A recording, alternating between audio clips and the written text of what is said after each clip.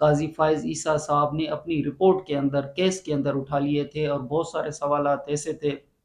کہ ان کے جوابات حاصل کرنا بہت لازمی تھا تب کی حکومت کو یا پھر آنے والی حکومت کو۔ لیکن یہ بھی تھا کہ جو حکومت آ چکی، یعنی عمران خان صاحب کی بعد میں حکومت آئی، تو عمران خان صاحب کی حکومت کے بعد آج تک، یعنی ابھی تک جس وقت آپ سے یہ ہم بات کر رہے ہیں، نواز شریف صاحب جو لنڈن میں ہیں، وہ تب کی اسٹیبلشمنٹ کے نام، یعنی دو نام جو تب کے آرمی چیف باجوہ صاحب اور D G I S I تب کے فیض حمید صاحب، ان کا نام لیتے ہیں، تو یہ جو پریشر کہہ لیں، دباؤ کہہ لیں، یا نواز شریف صاحب کی صورت میں وہ بھی سابقہ اسٹیبلشمنٹ کے یہ دو نام ہیں، اور جو قاضی فائز عیسیٰ صاحب کی یہ رپورٹ ہے اس میں بھی یہ سابق جو اسٹیبلشمنٹ کہہ لیں یا سابقہ جو اسٹیبلشمنٹ کے یہ دو اہم رکن ہیں، ان کے اوپر یہ سوالات اٹھتے ہیں کہ انہوں نے فیض آباد دھرنے کو ایک اس طرح کہہ لیں کہ فیض آباد دھرنے کے نتیجے میں مسلم لیگ نواز کی حکومت کو کمزور کیا، اور ساتھ میں عمران خان صاحب حکومت کے لیے راستے کھلے، اور عمران خان صاحب کی جو حکومت ہے وہ ایک قائم کی گئی۔ اور عمران خان صاحب نے یعنی پی ٹی آئی نے اس دھرنے کی جو رپورٹ تھی اس میں ریویو کے حوالے سے، یعنی اپلیکیشن دائر کرنے والوں میں پی ٹی آئی بھی شامل ہے، شیخ رشید بھی اس میں شامل ہے، اعجاز الحق بھی اس میں شامل ہے، اور اسی طرح یعنی کہ آئی بی کہہ لیں یا انٹیلیجنس جو ادارے ہیں انہوں نے بھی ریویو دائر کیا ہوا تھا، یعنی جو قاضی فائز عیسیٰ صاحب نے تب فیصلہ دیا تھا فیض آباد دھرنے کے حوالے سے، اور فیض آباد دھرنا جب لگا اور قاضی فائز عیسیٰ صاحب کی جو ڈیسیشن، جو قاضی فائز عیسیٰ صاحب کا یعنی سپریم کورٹ کا جو فیصلہ ہے،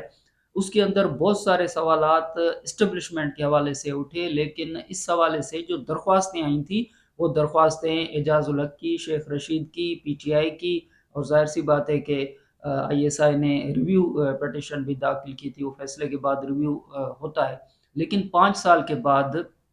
جب قاضی فائز عیسیٰ صاحب نے یہ ٹیک اپ کیا ہے فیض آباد دھرنا کیس کو، تو وہ پرانی جو آئی ایس آئی کی ریویو پٹیشن ہے وہ بھی زیر بحث آئی ہے، اور آج یہ سوال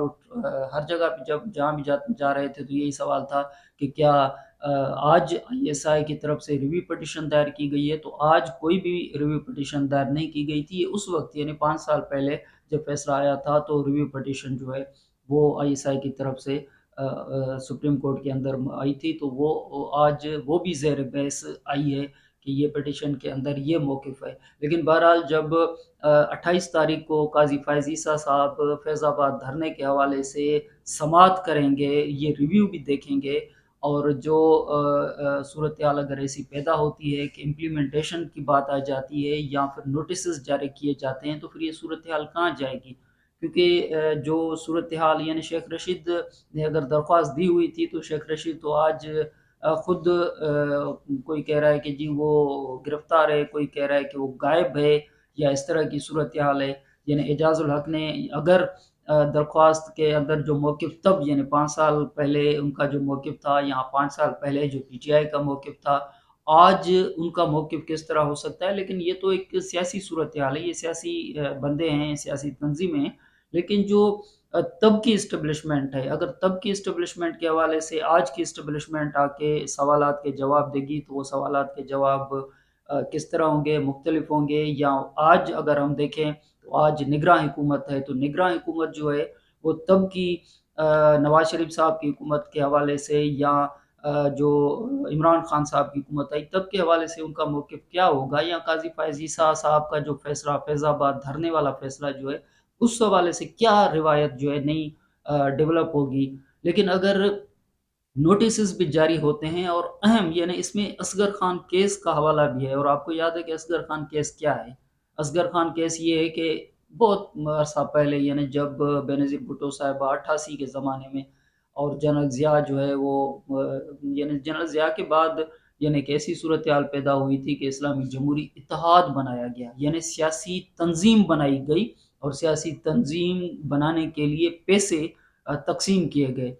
اس حوالے سے اصغر خان صاحب نے جو ہے وہ ایک کیس داخل کیا تھا، یا درخواست داخل کی تھی، اور پھر اس پہ فیصلہ آیا تھا جس کو اصغر خان کیس کہا جاتا ہے، اور یہ پھر تسلیم کیا گیا تھا کہ جی پیسے تقسیم کیے گئے، اور جنہوں نے لیے پھر انہوں نے بھی اعتراف کیا بہت جگہوں پہ، تو امپلیمنٹیشن اس کیس پہ بھی نہیں ہوئی تھی، تو اس کیس کا بھی اس کے اندر حوالہ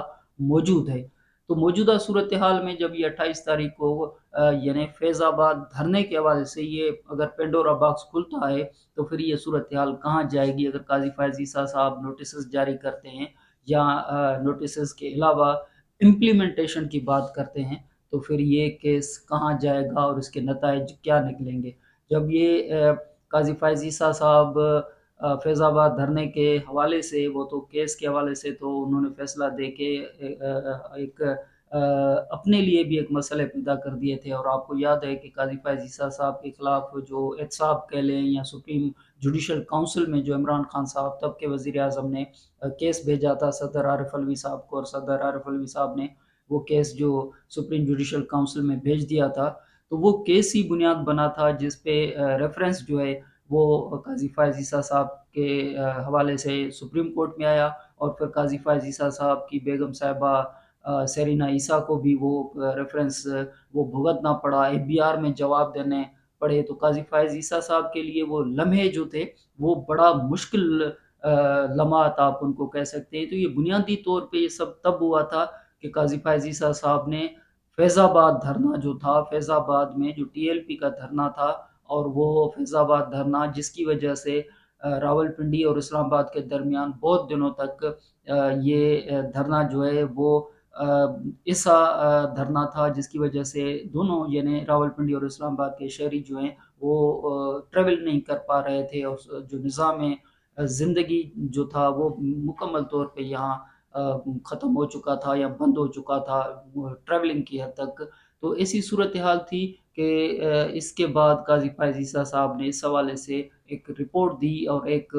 کیس جو ہے وہ سپریم کورٹ کے اندر فیصلے کی صورت میں سامنے آیا، جس میں بہت سارے سوالات اٹھائے، لیکن قاضی فائز عیسیٰ صاحب کے لیے پھر خود بھی مسئلے پیدا ہوئے اس حوالے سے، لیکن قاضی فائز عیسیٰ صاحب اب وہ خود اس پلسرا سے گزر رہے ہیں، آتے ہی انہوں نے فیض آباد دھرنے کے حوالے سے کیس ٹیک اپ کر لیا ہے۔ اب دیکھتے ہیں کہ 28 تاریخ کو اس حوالے سے کیا ہوتا ہے، اور کیا اس کی امپلیمنٹیشن کی طرف یہ معاملہ جاتا ہے یا معاملہ امپلیمنٹیشن کی طرف نہیں جاتا۔